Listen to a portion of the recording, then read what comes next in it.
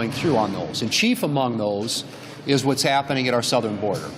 The open borders policy that had been pursued by the Biden administration had led to all kinds of chaos at our southern border, lots of dangerous elements coming into the United States, and about, if you can believe this, 12,000 or so people per day coming across our southern border illegally.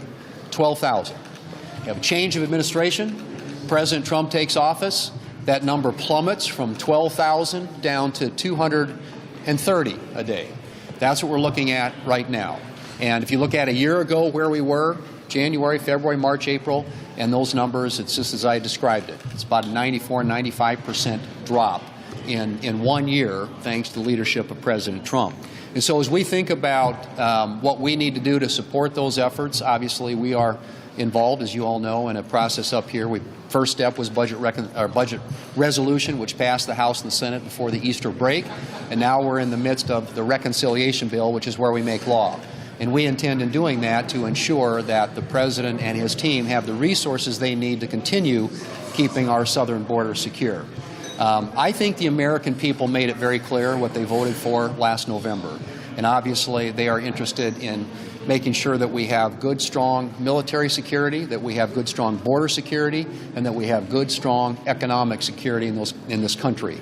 And those are the things that this Republican Congress, this Republican Senate are committed to getting done. And we're going to continue in the next 100 days to do what we've been doing in the last 100 days, and that is delivering on the commitments and on the agenda that the American people want to see happen, and to work with the President and his team and our colleagues and counterparts in the House of Representatives to see those things be made a reality.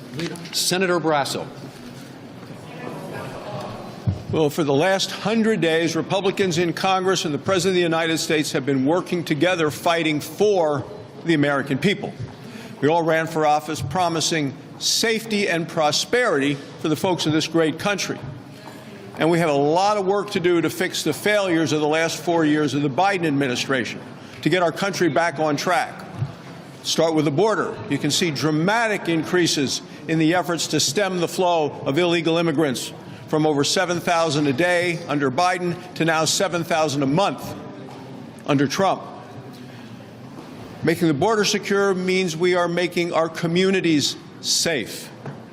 In terms of prices, you're seeing 50 different actions by Republicans on energy to make energy more affordable, specifically American energy. We're making it easier to produce energy right here.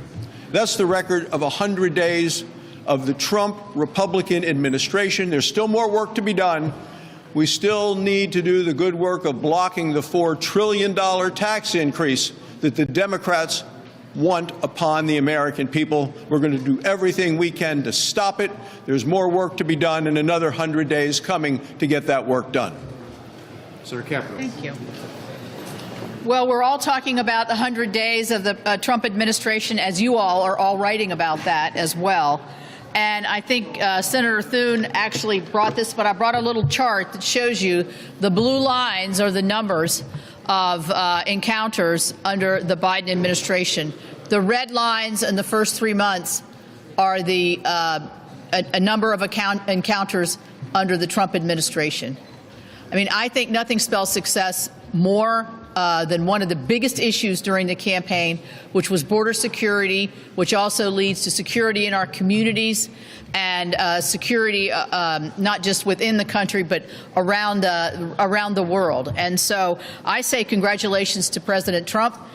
He said all along that he could do this, he would do this, and he would be effective. President Biden, on the other hand, said, I can't do anything. I can't do anything if the Congress doesn't act. It's beyond my responsibilities. This chart shows you that those were empty words. And so as we move to the next 100 days, I think it's important to note, too, these are, you have different types of, these are ones that are coming through the checkpoints. The ones that are the gotaways, which never get caught, are down 99%. There's deterrence that the president has put forward through his policies, and that's what's causing these numbers to come dramatically down with the support of us as the Senate and over in the House as well. Senator Lincoln. So we're 100 days into the presidency, but that also has included 100 days of work for this Senate. We actually started before the president was sworn in, obviously, as we were sworn in on the 3rd of January, but passing the Laken Riley Act, doing a record number of nominations. We've done more nominations than under the first Trump administration, the Biden administration, or you go all the way back to the Bush administration. It's been 25 years since we've moved as many nominations as fast as we've been able to move. So we've been here weekends, as this group knows extremely well. We've been here very late at night multiple times to be able to work through the process because we are determined to be able to get things done for the American people. So that's involved dealing with energy permitting issues, which we've done over and over again to open up American energy. That is working through the process with the president on trying to be able to limit illegal immigration coming across our border, to secure our border, and to be able to deal with criminal aliens. We are a Senate determined to be able to get things done for the people in my state in Oklahoma and for our nation. And we've got a lot to get done, as this group knows extremely well because you've watched it. We are very determined on the budget aspects to dramatically reduce federal spending, to start knocking down $2 trillion worth of overspending that is still left over from the COVID time period, to be able to get that spending down, and to be able to make sure that we have a predictable low tax rate for the American people so we can continue to have a growing economy. That's the task for the several months, but that was set up in the first 100 days to be able to be successful, starting immediately in these times now as the House and the Senate work together with the president to be able to get this done. Good afternoon. Thank you. Can you characterize the difference in the response from congressional Republicans to President Trump this time around compared to 2017? They seemed a little skeptical of him in 2017. That's not the case now.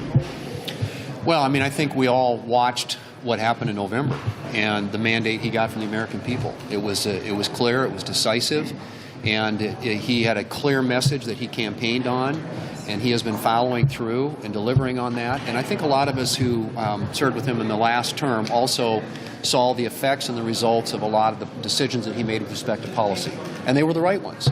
And in the end, he was proven right when it came to the economy. It comes to the border, comes to national security. This is a president who has a clear vision of what he wants to accomplish on behalf of the American people, and I think he implemented that clearly in his first term. And as we begin the first 100 days of this term, I think all of us believe that we want to be good partners in making sure that the agenda that he campaigned on, and which the American people voted for, is accomplished and delivered on. Senator, the poll has shown that Trump's numbers are underwater, that he is the least popular president in 7 decades at this point in his presidency. Is it time for the administration to change course, particularly when it comes to the economy? Well, I think the numbers on the economy, as you point out, may be related with some respects to the policy discussion that's being held about tariffs. But if you look at overall the things that this president and we are going to work with him to achieve, whether it's lessening the regulatory burden, creating energy dominance, preventing the $4 trillion tax increase coming at the end of the year that Senator Barrasso talked about, or reducing federal spending and making the government more efficient, more economical, and a better return to the American taxpayer. Those are things that the American people supported. And I think when you're going through all this, you got to take the long view. And I think his policy decisions are the right ones. And I think over time, that will bear fruit. You will see the results of that, and he will, like he did in his first term, do some things for the economy that created economic conditions we hadn't seen in decades. The White House press secretary called it a hostile and political act for companies like Amazon to display the cost of tariffs that they're having on consumers. Do you think consumers should know how much more they're going to be required to pay because of these tariffs? Well, I mean, I think that's a conversation that the folks at Amazon will have to have with the White House, with the president. I think at the end of the day, again, this administration is going to be judged by the results that they get. And if, in fact, they get better trade deals that change the way that other countries have mistreated us or treated us unfairly through the years, people will view it as a success.